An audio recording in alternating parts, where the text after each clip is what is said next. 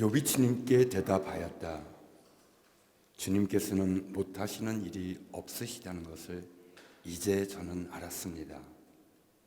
주님의 계획은 어김없이 이루어진다는 것도 저는 깨달았습니다. 잘 알지도 못하면서 감히 주님의 뜻을 흐려놓으려고 한 자가 바로 저입니다. 깨닫지도 못하면서 함부로 말을 하였습니다. 제가 알기는 너무나 신기한 일들이었습니다. 주님께서 말씀하셨습니다. 들어라, 내가 말하겠다. 내가 물을 두었으니 내게 대답하여라 하셨습니다. 주님이 어떤 분이시라는 것을 지금까지는 제가 귀로만 들었습니다. 그러나 이제는 제가 제 눈으로 주님을 뵙습니다. 그러므로 저는 제 주장을 거들어드리고 뒷글과 잿더미 위에 앉아서 회개합니다. 주님께서는 욥에게 말씀을 마치신 다음에 대만 사람 엘리바스에게 이렇게 말씀하셨다. 내가 너와 내 두 친구에게 분노한 것은 너희가 나를 두고 말을 할 때에 내 종 욥처럼 옳게 말하지 못하였기 때문이다. 그러므로 이제 너희는 수송아지 7마리와 순양 7마리를 마련하여 내 종 욥에게 가지고 가서 너희가 용서받을 수 있도록 번제를 드려라. 내 종 욥이 너희를 용서하여 달라고 빌면 내가 그의 기도를 들어줄 것이다. 너희가 나를 두고 말을 할 때에 내 종 욥처럼 옳게 말하지 않고 어리석게 말하였지만 내가 그대로 갚지는 않을 것이다. 그래서 대만 사람 엘리바스와 수아 사람 빌닷과 나아마 사람 소발이 가서 주님께서 그들에게 말씀하신 대로 하니 주님께서 욥의 기도를 들어주셨다. 아멘.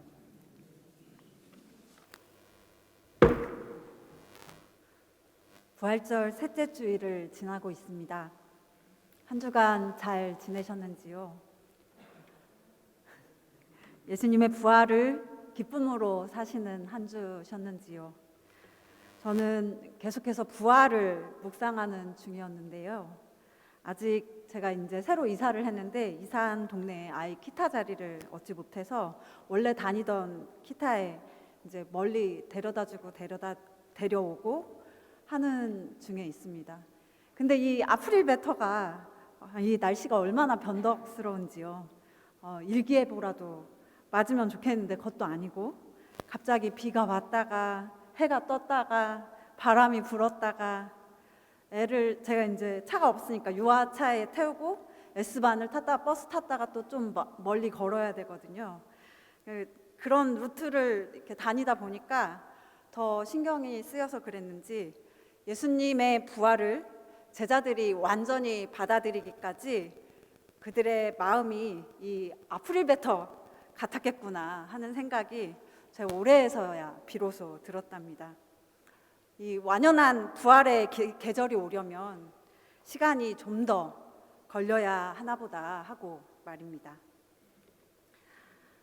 봄을 넘어 여름이 올 것 같은 포근한 날씨에 한껏 마음이 부풀어 있다가도 갑자기 하늘이 어두워지고 소나기라도 내리면 또 찬바람이 불면은 다시 넣어두었던 패딩을 꺼내서 입으면서 왜 이런 부활의 계절에 잔인한 일이 또 많았지 하고 부활을 향했던 젠 걸음이 조금 느려지게 되는 생각을 하기도 합니다.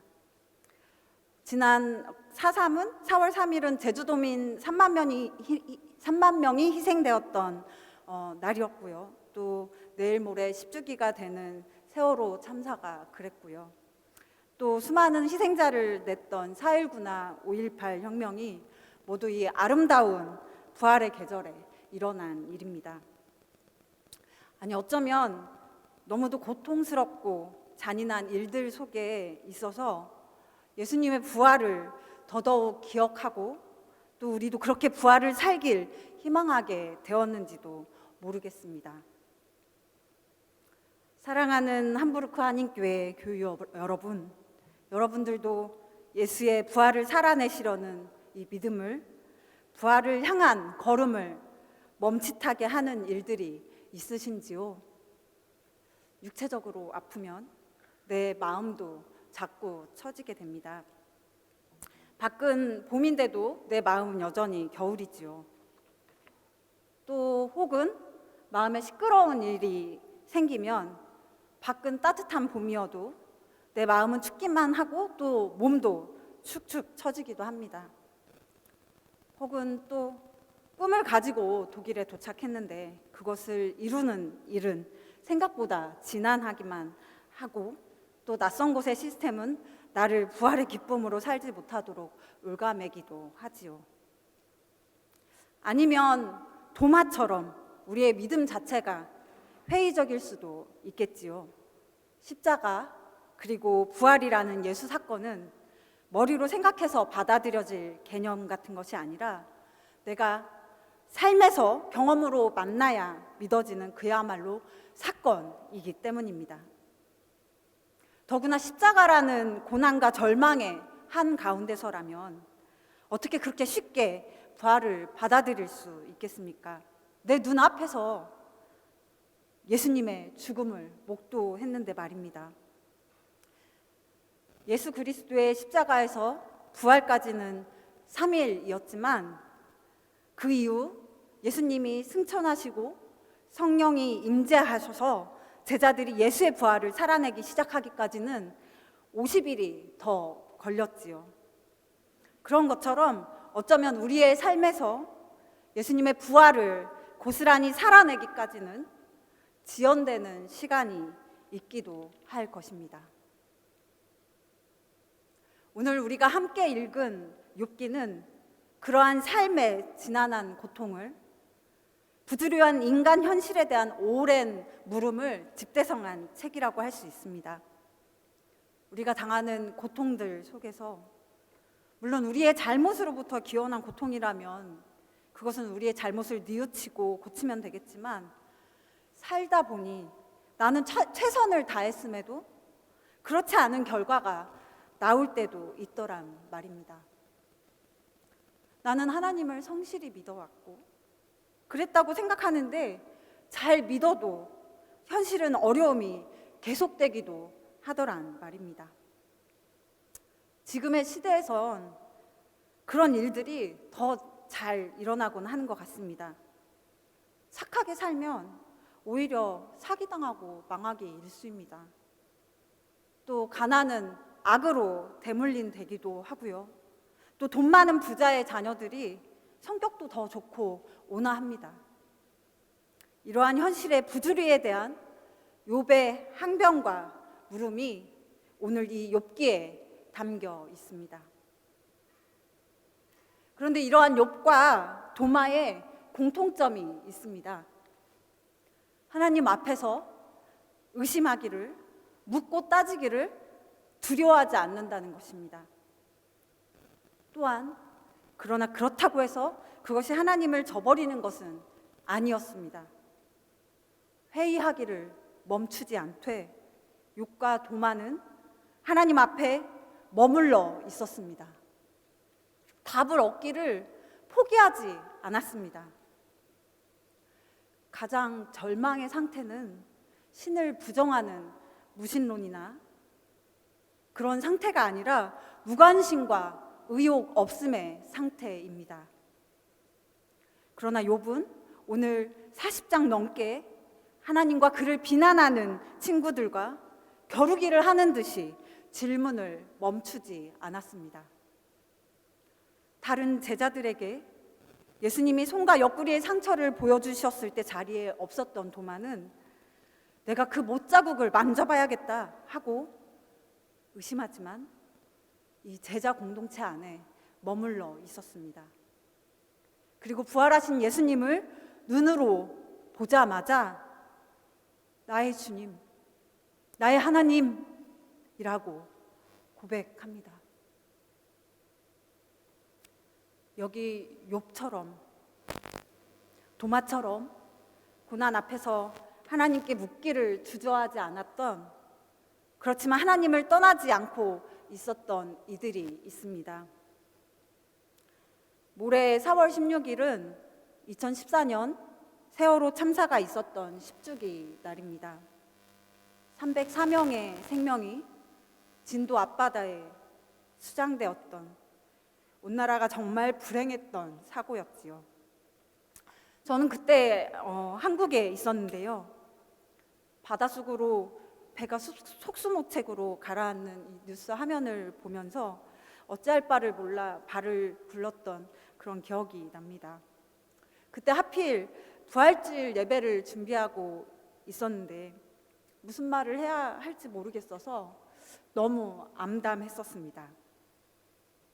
10년이면 강산도 변한다는데 아직도 그러고들 있느냐라고 얘기하는 사람들도 있습니다. 그렇지만 유가족 당사자들은 그 10년이 멈춰버린 세월일 겁니다. 제가 예전에 폴린 보스라는 사람의 모호한 상실이라는 책을 읽은 적이 있는데요. 해결되지 않은 슬픔이 우리를 덮칠 때 그 모호함이 어떻게 영혼을 갉아먹는가, 우리의 삶을 어떻게 멈춰버리는가, 기능하지 못하게 하는가 하는 내용입니다. 진상규명이 제대로 되지 않은 채로 10년이 지났으니 우리 자식이, 우리 남편이, 내 형제 자매가 왜 그렇게 수장되었는가에 대해 10년 동안 싸워왔던 유가족의 삶은 왜 아직도가 아니라 여전히 2014년 4월 16일에 멈춰 있을 것입니다. 그런데 제가 오늘 여러분들께 소개하고 싶은 분들은 그 유가족 분들 중에서도 10년 동안 끊이지 않고 함께 모여서 예배했던 그리스도인 유가족 분들 이야기입니다. 세월호 참사 이후 처음엔 온 나라가 마치 한 가족처럼 슬픔을 공유했지요. 그런데 그것은 얼마 가지 못했습니다. 그 고통의 봄날에 한민복 시인은 숨쉬기도 미안한 4월이라고 그렇게 비통하게 노래했는데, 바로 그해 가을에 진은영 시인은 우리의 연민은 정오의 그림자처럼 짧고 우리의 수치심은 자정의 그림자처럼 길다라고 탄식했습니다. 참사 당시에 그리스도인 유가족이 76명이었다고 합니다. 근데 그중 대다수가 교회를 떠났습니다.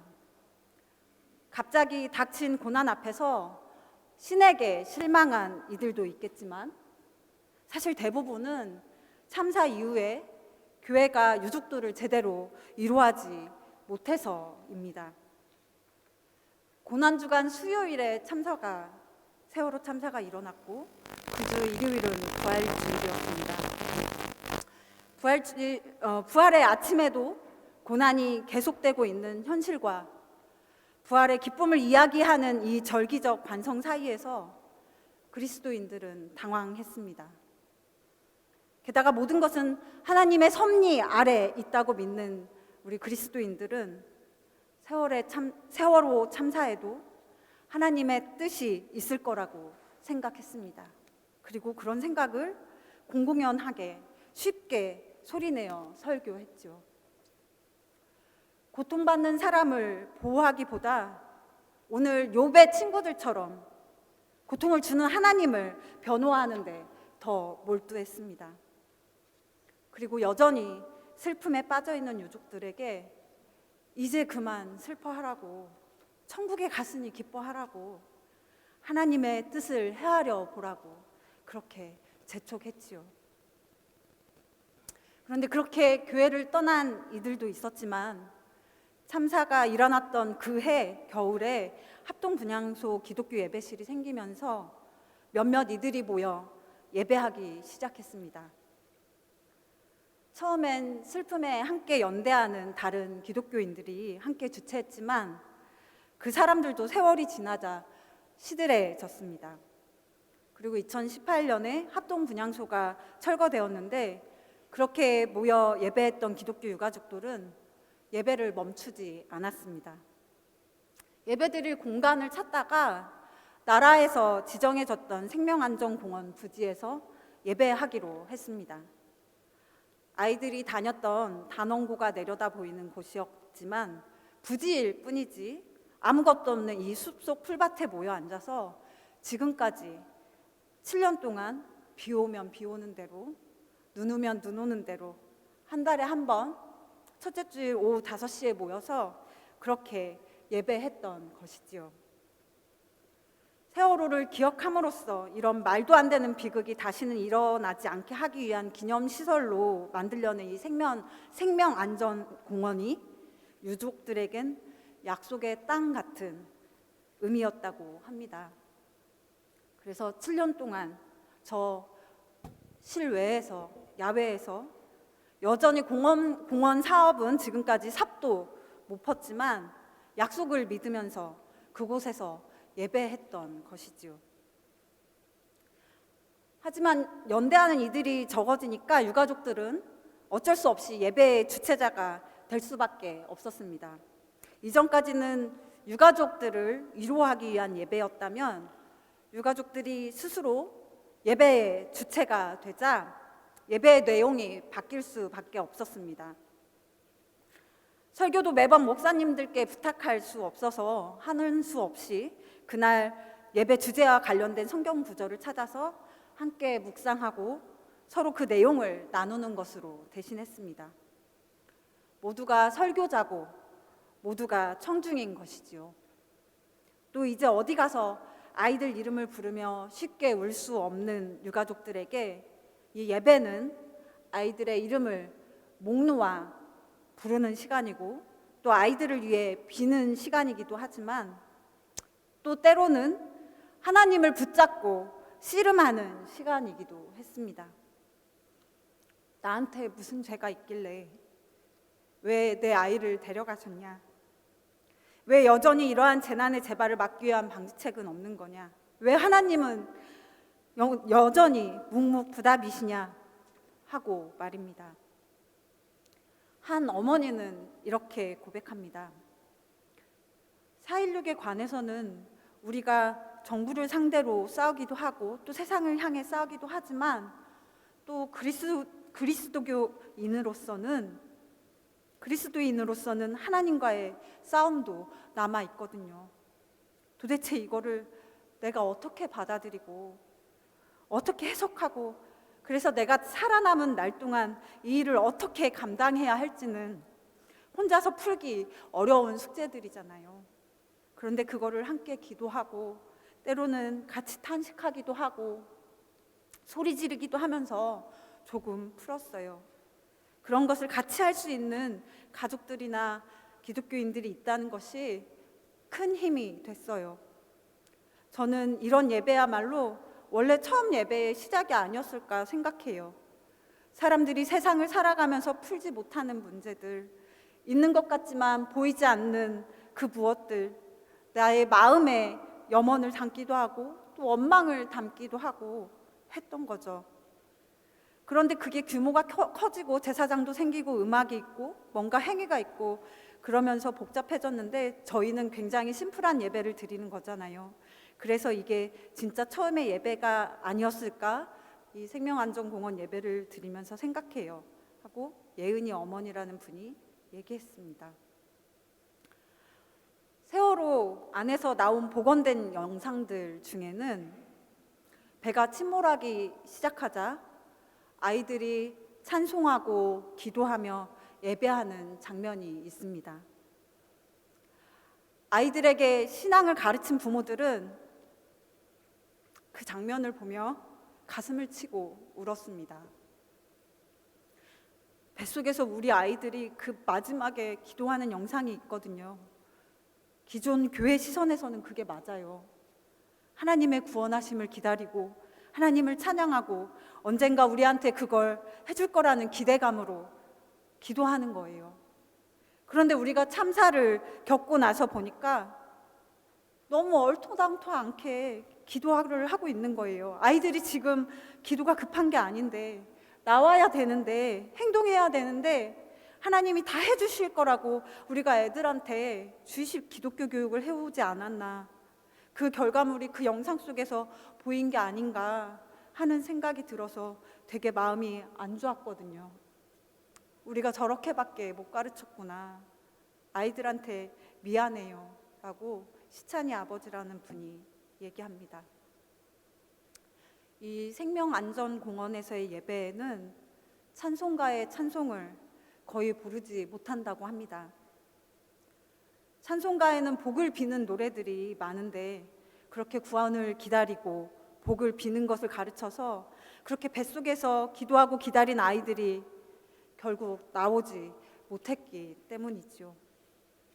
그렇게 기도한 아이들이 잘못했다는 것이 아니라 그렇게 밖에 못 가르쳤다는 자신들의 그 자책 때문에 부모님들은 찬송가를 쉽게 부를 수 없는 것이지요.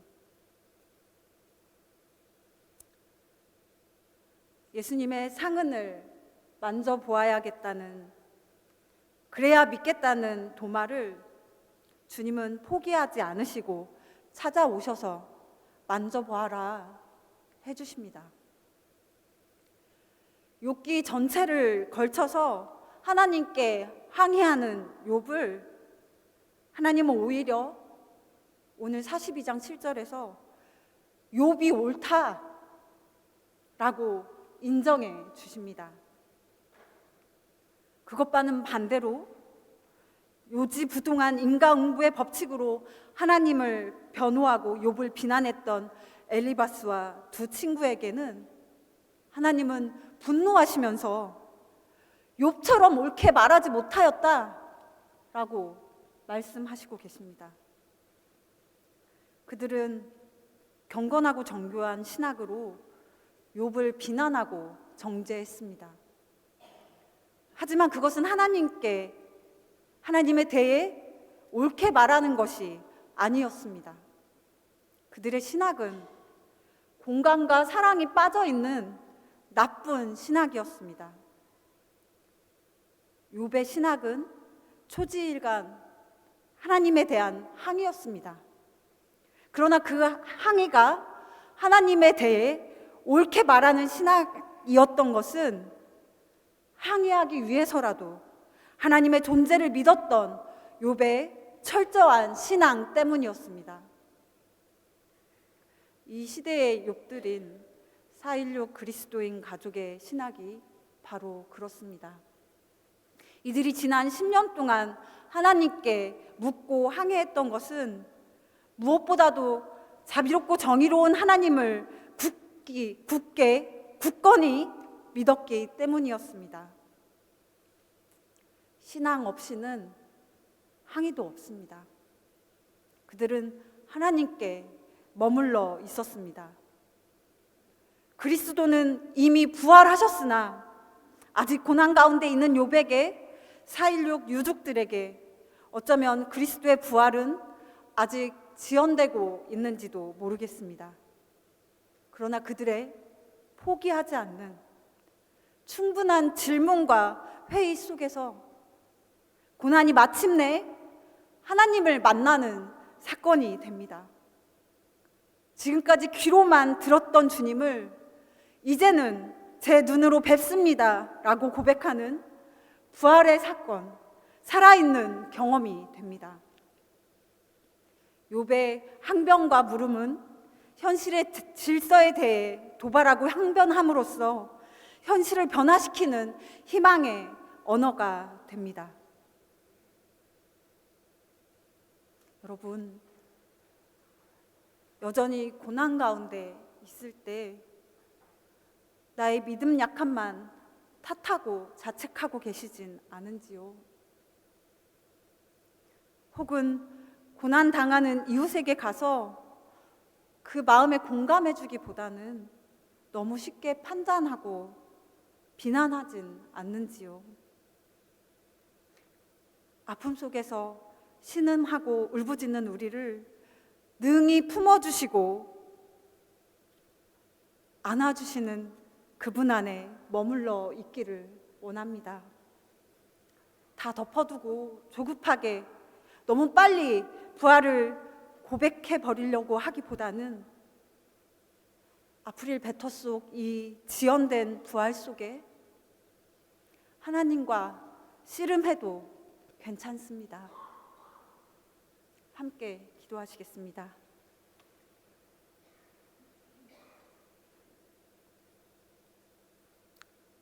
우리가 흔들릴 때 그 십자가 상흔이 있는 손으로 언제나 우리에게 먼저 찾아오셔서 나를 만져보아라 해주시고 우리를 굳건히 붙들어 주시는 주님, 우리의 항변에, 아픈 이들의 항변에 네가 옳다 인정해 주시며 그 마음을 받아주시니 감사합니다. 주님, 아직 부활에 참여하지 못하고 고통 가운데 있는 이들이 있습니다. 주님, 주님께서 그이들의 일상 한가운데 찾아가 주셔서 만나 주십시오. 그들의 부르짖음을 들어주십시오. 안아 주십시오. 하나님, 우리가 포기하지 않고 주님께 부르짖게 해 주십시오. 하나님, 우리가 흔들리는 영혼들을 판단하고 평가하기보다는 당신의 마음으로 그들과 함께 할 수 있는 신앙인이 되게 하여 주십시오. 십자가 위에서 하나님께 왜 나를 버리셨냐고 항변하였던, 고통 가운데 하나님을 찾고 그리고 부활하셨던 예수님 이름으로 기도합니다. 아멘.